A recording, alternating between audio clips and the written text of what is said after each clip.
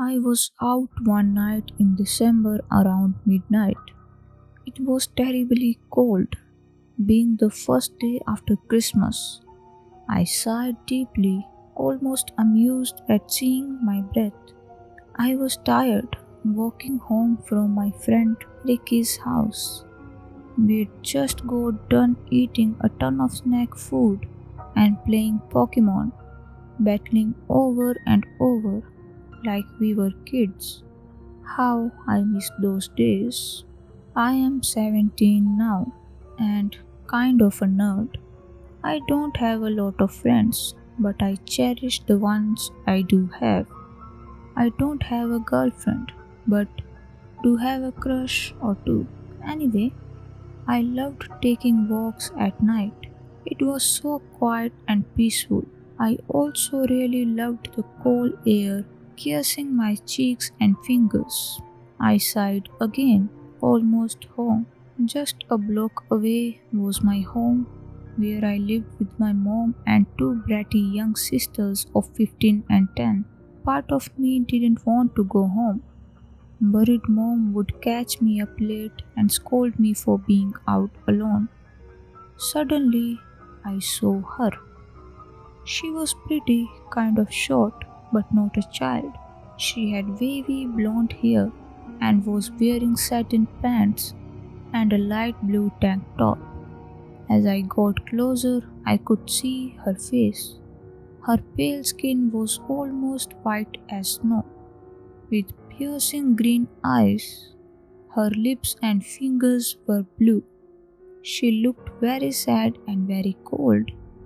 I imagined it was because she was barefoot and had nothing on her arms.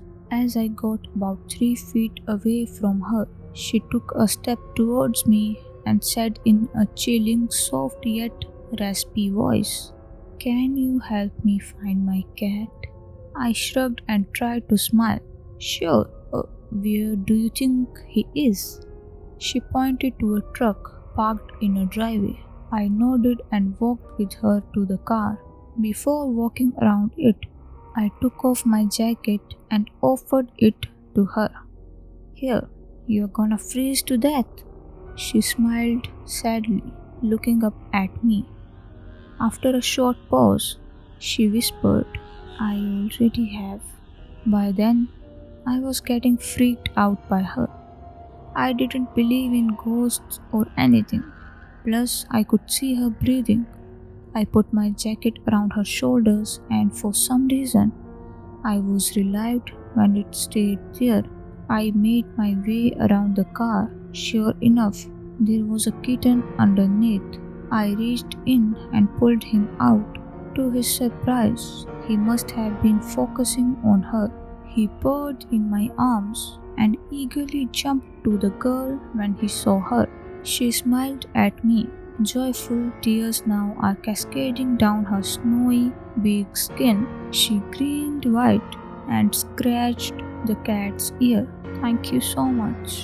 I smiled back, glad that she was happy. She turned to walk, and it was in the direction I was heading in.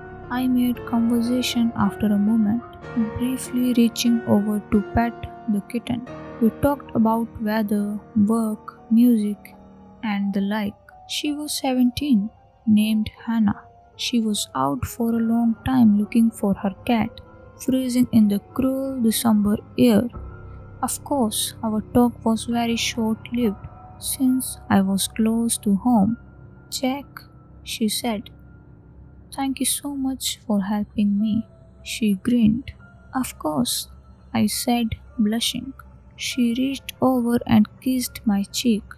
Her blue lips were like ice on my numb face. I shivered at the touch, though flattered that she did such a thing. I went to stammer a reply, but she had turned.